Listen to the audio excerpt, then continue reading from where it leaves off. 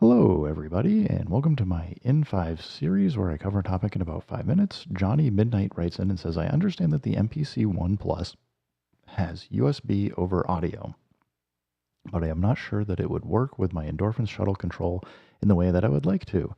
Uh, let's start with that. You got a few more, there's a little bit more to it, but we'll start with that. So, the important thing to know about the MPC is that it does not allow you to stack audio devices, so you can only have one at a time. So, once you plug in a USB audio device and you tell it the MPC to use it, whether you're on the MPC One, the Live, or the X, or even like the keys or whatever, as soon as you plug that in and tell it to use that as your device, that is the only audio input and output that you have. It does not stack where you could have multiples together. You can only have one.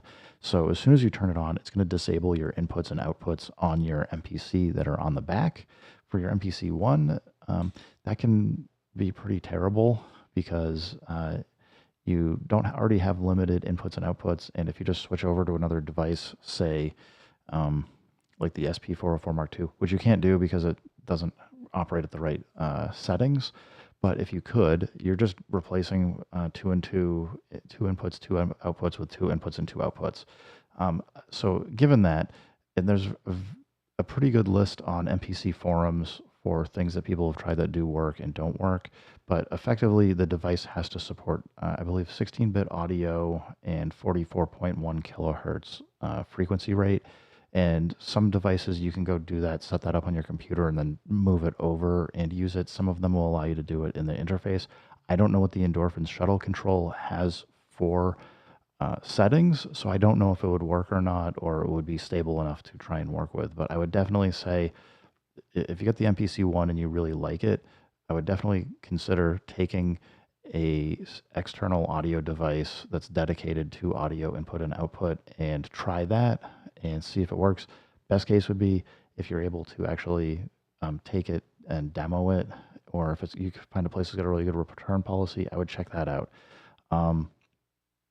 Anyway, yeah, the problem with the MPC One is because it's only got one pair of inputs and one pair of outputs.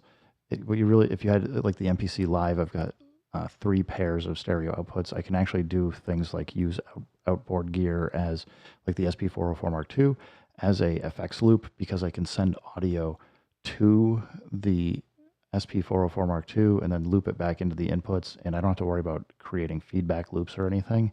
So anyway, Johnny Midnight or anybody else that's curious, I hope that helps you out with the MPC a bit and understanding the USB audio.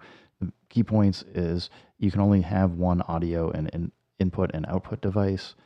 So whether it's a shuttle or a Behringer mixer or whatever else you're using, or the internal audio, you can only have one active at a time. And given that it's not going to stack, you can't have multiple audio. You can't increase the amount of inputs and outputs you have by adding more devices. You have to have a specific device that will give you the amount of inputs and outputs you need. So anyway, everybody, thanks for stopping by. Keep making music. Keep having fun. Remember, if it sounds good, it is good. And peace.